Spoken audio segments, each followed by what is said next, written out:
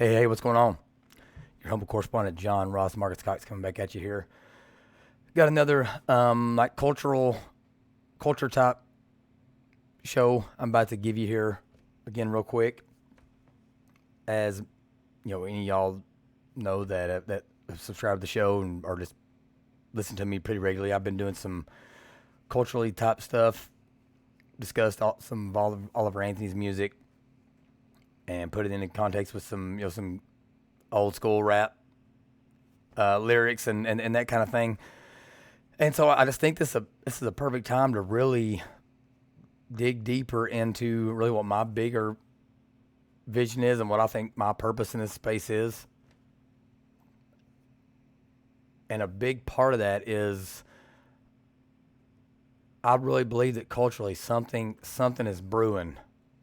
And that over the last 20, 30 years, it seems like men have just kind of vanished and dudes have just kind of been on the wayside and fathers have been non-existent and all this, all that kind of stuff.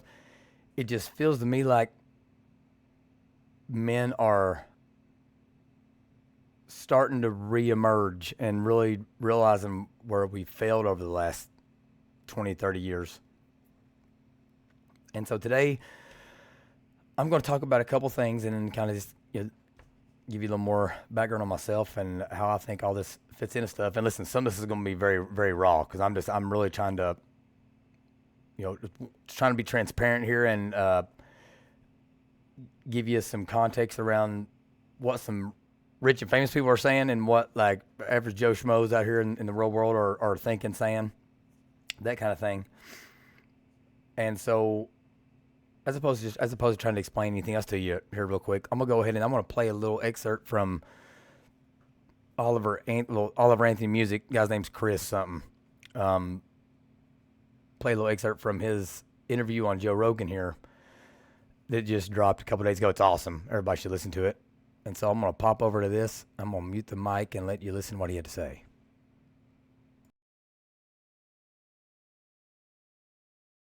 You just keep doing that. You just keep doing that and do concerts. That's what got me uploading the songs originally. I was like, I'll just go ahead and get something out there. And then, I mean, man, I was taking aspirin every day thinking like I was going to have a heart attack. It was just, I was having like all this crap. So what was when you were recording these things and releasing them, what was the hope? The hope was that people that would enjoy them? The hope Yeah, people... I was just trying to leave them out for the world in case like... In case you died? Yeah, in case I guess in case either I died from a heart attack or do you know like... how huge these songs would be if you died? I think that's like the most horrible rumor about Jimi Hendrix is that his manager was like a gangster, had him killed. His manager had him killed because he owned more of a legacy because he was going to leave and he owned the music while Jimmy was alive, and if Jimmy died, he would get the music, and they killed him. Yeah, maybe I thought like I figured like that was the only thing I had that was worth anything, and so like if I was going to be a shitty enough person to like leave a kid behind and like whatever, my family and whatever else, it's like at least there'd be something there for them to be able to capitalize on and make. Was your bad feelings come from? Did they come from a lack of hope for your future? Did you have like a sense of what would make you happy? What you were missing in your life? No, like it's... Or was it just overwhelming? The mind is... Well, and for like, I guess I'm a creative person, I guess you'd say. And so like, for creative people in general, life is very imaginative anyway. So like, again, it's like you and I could go to the same restaurant, sit down, order the same meal, have the same waitress, identical everything, right? In a parallel time. And you and I would walk out of that restaurant noticing different things, experiencing it completely different. Like the mind perceives things individually, right? And so like when you get into a bad headspace like that, your perception of what would otherwise be good things can become very bad. And I don't know the best way to explain it because I'm not well versed on psychology or anything like that, but that's the best way I can explain it is like you don't understand sometimes what people are going through, even from the outside in. You look at people who are not living life right and you're like, I just wish he'd just get his shit together. I don't understand why he's doing that. And it's like, because maybe in his head, what he's looking at is totally different than what you're looking at. And the mind's very complicated, and my understanding is even now with all the studies we've done and the technology we have, like we understand the mind very little, but there's so much that goes into it. And like so much of our thoughts come from our gut biome and all. Like there's millions of living things within us that I think influence the way we think and what we do. And it's a very complicated thing. So yeah, it's easy for people to get off track, and it's hard to get back on the track when you get off. Like it really took. That's why I say, like, I was really just, even though it was on paper, things were great, right? Like, I was married, things were like I have a great marriage, I had a good job, like I worked my ass off, but I made good money. And what were you doing for work? So the last 6 years I've been in industrial sales. So I worked outside sales for, because I was in the industry, like work.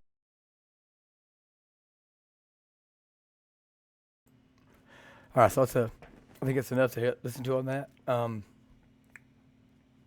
don't know if y'all can hear it in his voice, but I can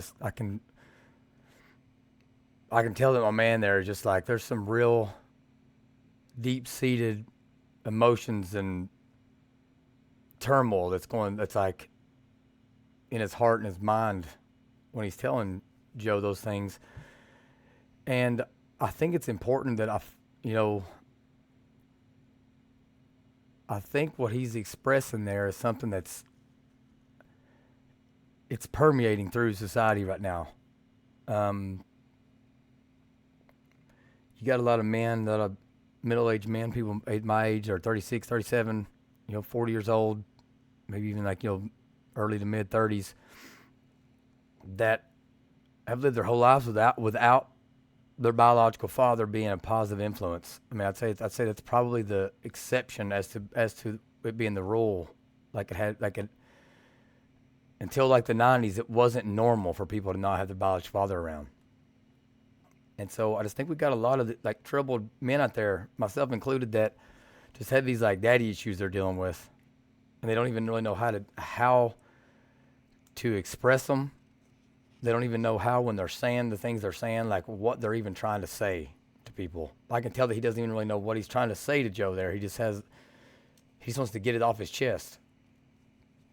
And I really think this is, when I talk about cultural bridges being built, I think we get lost in the shuffle on thinking that absent fathers are specific to one racial demographic or, one type of upbringing or whatever, but the truth is, it seems like pretty much everybody in America that is lower middle class and below, the deck is definitely stacked against those young boys. But even as they grow up and they have success, they don't even know how to really express it. So I'm telling you that because, I wish I was I don't wish I was famous, but it's different coming from a dude like me that's not as famous as Oliver Anthony. But it's just crazy how much I can relate with what he's saying there. And I think it's awesome because I hear the same things being said from people that supposedly he wouldn't get along with, I wouldn't get along with. And so I'm going to play you a song now from a rapper whose name is Roddy Ricch. All right, dude grew up in Compton, California, was in a gang. I mean, just like real hard dude. I mean, but there's other countless people where it seems like this whole ethos and mindset is what is everybody's thirsting for it. I mean, you got Roddy Ricch, you got a guy like Kevin Gates, boozy badass from down in New Orleans. Even like Lil Wayne, and he's got a little darker tempo. You got said in the 90s you had Tupac and Snoop Dogg and Eminem and Dr. Dre and all like 50 Cent, all these people that were on the come up. And now you got country singers that are seeing this turn it into like this country rap scene. You got Jelly Roll and Haystack and Upchurch, and it's just crazy. You start doing some digging on these dudes, and they all have the same like very similar stories, and they all have very similar mindsets. And like, even though they have some harsh lyrics and they say some like, they're just like me, they got some real hard vocabulary. You know what I'm saying? When push comes to shove, they're all out there just trying to make it and trying to leave a mark, and trying to leave a mark while also having this underlying feeling in their gut that like, damn, I'm probably not going to be here real long. You know, and like, I certainly deal with that. We'll talk about that in a minute. I want us to listen to this. First of all, let's listen to this song. It's called Letter to My Son. It's by Roddy Ricch. 1 second.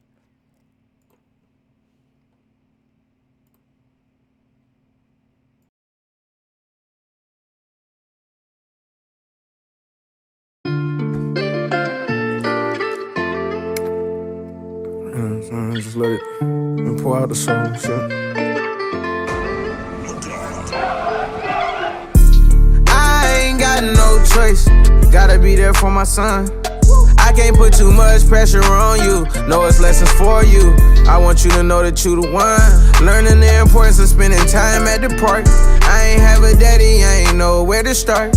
Yours the main life I want a part in. To make you proud, I'm still trying my hardest. I finally got a little nigga to pour in. I made the promise to start you up more advanced. You already watching, when you older you gon' start listening to all these values and these morals I'm instilling in you. Got more realer with myself, so I'm realer with you.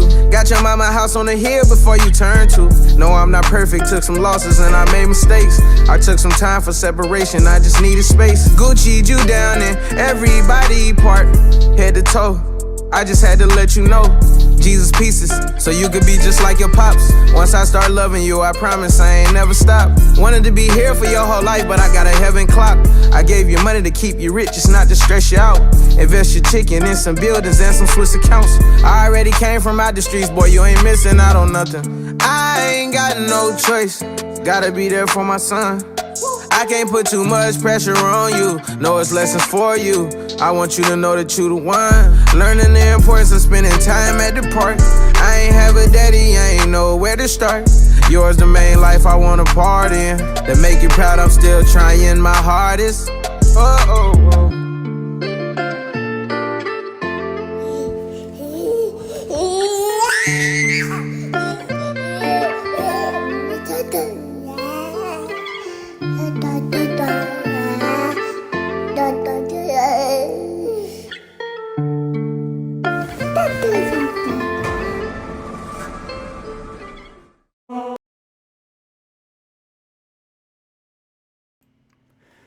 I hope y'all like that. I mean, listen, that was some deep stuff. But again, like, go listen to that Joe Rogan interview with Oliver Anthony. Go listen to Oliver Anthony's songs. Go listen to, I know some of y'all like Jelly Roll. Go listen to Need a Favor. Go listen to his song. It's called Creature. He's got another one. It's called Life. Listen to Letter to My Son, Roddy Ricch. And the general theme is going to be this. The general theme is, damn, I'm just such a flawed individual. And even though I want things to be good, I want to leave behind a positive legacy for my people, specifically my people, my children. My headspace is just I'm such a messed up individual that, like, I don't know what to do, how to leave a positive mark. So I'm just going to be me.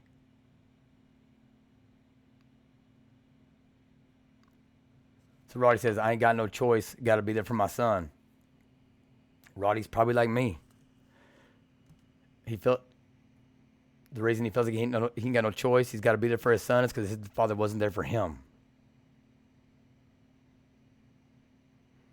I can't put too much pressure on you. No, it's lessons for you. I want you to know that you're the one. Learning the importance of spending time at the park. I ain't have a daddy. I ain't know where to start. Yours the main life I want to be a part in. To make you proud, I'm still trying my hardest.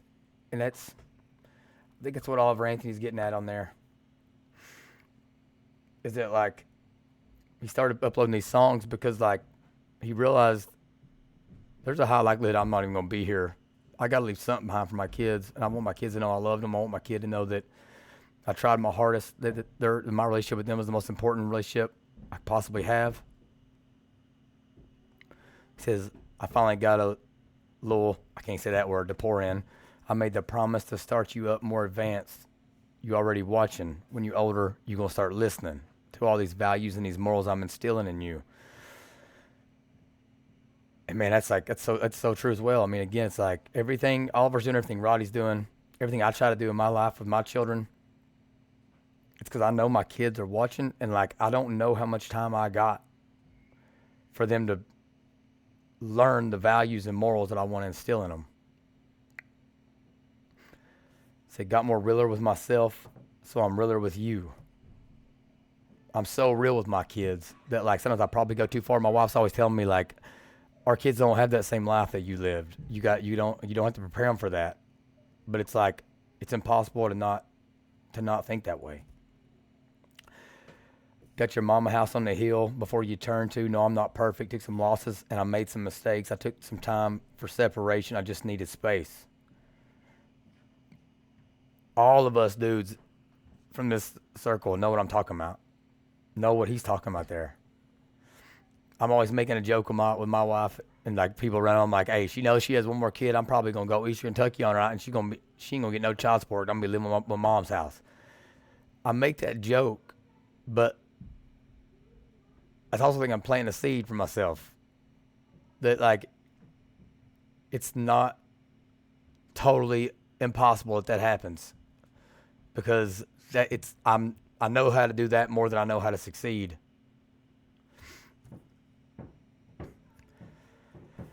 Says Gucci'd you down and everybody part, head to toe. I just had to let you know.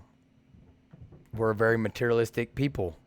You know, that's how my dad, my mom, I'm sure obviously that's how Roddy's talking about with his children here. But we buy each other the nicest cars, jewelry, all that stuff, to bling everything, because that's how we think we leave a mark.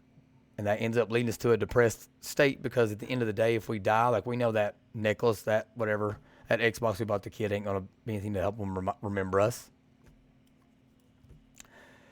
Jesus pieces so you could be just like your pops. Once I started loving you, I promise I ain't never stopped. Wanted to be here for you your whole life, but I got a heaven clock. He's letting his kids know. I wanted to be there forever. I really did. But if I die, just know that it's because I didn't really control my own destiny, because I didn't know how to do it. So we always say God just called him home. We're all people, like poor people from Appalachia, people from the hood. These people that just pour their souls out and their soul out in their music, all that. We all kind of have a death wish almost, like we just don't know how to handle success. We don't know how to handle positivity. And we're all just kind of expecting death, I got about 100 more days of life until I will have outlived my father. I gave you money to keep you rich. It's not to stress you out. Invest your chicken in some buildings and some Swiss accounts. So he's trying to bestow some wisdom on him. You know what I mean? Don't waste all this money. Do something with it so that you have some wealth, some generational wealth, so that when you turn 40, you're not in the same position I'm at, making the same mistakes I've made. Biggest line is, he says, I already came from out the street. Boy, you ain't missing out on nothing. I'm going to highlight that for myself, just because, like, a lot of us take pride in that, coming from the street, from that street stuff. A lot of us like to think that, well, kids are adaptable. Kids, they'll make it through it. Yes, that is true. But that doesn't mean that we should all be striving to keep our kids from having to do it, from having to go through the bullshit. And so many of us, myself included, I think it's hard to keep your mind right, focused on the bigger picture, because even as you grow up, it's like your kids don't live that life. You kind of resent them for it a little bit. I don't know, it's just a weird thing to, he obviously wants his kids to know that. If you're listening to Oliver Anthony's music, I think he wants his kids to know this. The same thing I want my kids to know is, like, I already went through all that. I experienced the street. You don't need to experience that. Don't think you can't be tough just because you ain't from the street. Says, I ain't got no choice. Got to be there for my son. I can't put too much pressure on you. No, it's lessons for you. I want you to know that you're the one. Yours the main life I want to be a part in to make you proud. I'm still trying my hardest. And so he's saying, in this whole song, he's saying, listen, if I die, just know I loved you. I loved you, little ass. I wanted to be old gray-haired grandpa with you. But, like, there's a high likelihood that my old redneck ass ain't going to be here. You know, he's thinking, hey, my hood ass might not be up in here, you know what I mean? Because I just don't know how to live life right. So he's saying, I want to be that, but if I'm not there, just know your life was the most important one to me. I wanted to make you proud. I tried my hardest, and it is what it is. So I'll tell you all that for this. I'm about to do a series, or a couple shows, called a series, where we're going to talk about where are all the men at? Where are the dudes standing up, keeping this bullshit from getting into their kids' schools, their school's curriculum, keeping their, where are the dads keeping their kids off the street life, out of the gangs, out of the drug activity, out of the bottle, out of the pills? Where are the dads protecting their kids from having to wear those stupid ass masks all the time, every day at school, all that? Where are the men to take care of the women out there that shouldn't be having to carry the load of making the money, taking care of the kids, feeding the kids, getting the cars fixed, pumping the gas, getting the groceries? Like, where's all the men at? And there's a couple places where most of us are. And we'll get in that in the series. But the main reason, point of this video is just this, to let people know, I think men are rising up out of the ashes. And it's going to be ugly because some of us is real raw, you know what I mean? We don't say the right thing. We don't talk the right way. We don't look the right way. But we are coming. We are back on the scene. And everybody, I just hope everybody can have an open mind to the people that are different from them, and realize that even though we can say much different things and be saying it in much different ways, we are saying the same thing, and we are on the same team. We all do have the same. Several of us have many of the same values and goals and a mission, purpose in life. So that's what this video is about. Let's acknowledge the fact that we haven't been there, that we've screwed up a ton. Let's also acknowledge that we are learning from that, and that at least for our generation, listen, fellas, shit is not going to get easier for us. My daddy issues are real. All right, like, I can't escape them. The feeling of just like neglect and depression and feeling of having no value, because if your own daddy don't value, then who the hell could possibly value you as an individual? All right, but listen, I hear you. I know y'all hear each other. I know Oliver Anthony, Roddy Ricch, Kevin Gates. I know, like, listen, there are people all through the community. Black men, white men, Hispanic men. We all want to be there. All right, we all just got to talk to each other, communicate with each other, and realize that we got a lot of work to do.